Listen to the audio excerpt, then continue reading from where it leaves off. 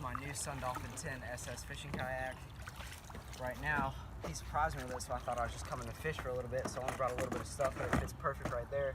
Got two rod holders right there, and then got a Scotty rod holder right here, which locks in place. And then we got a cup holder right there, and a water bottle. And we got closed deck storage right here. Got some more storage right there.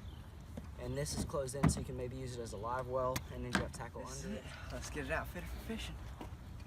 Thank you. So,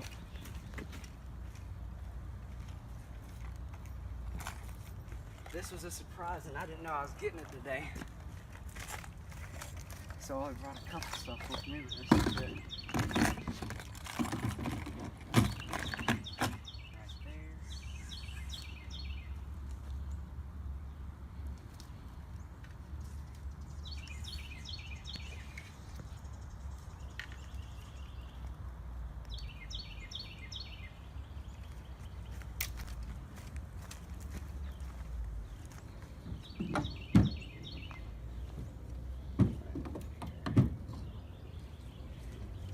This is it. We got some front deck storage right here.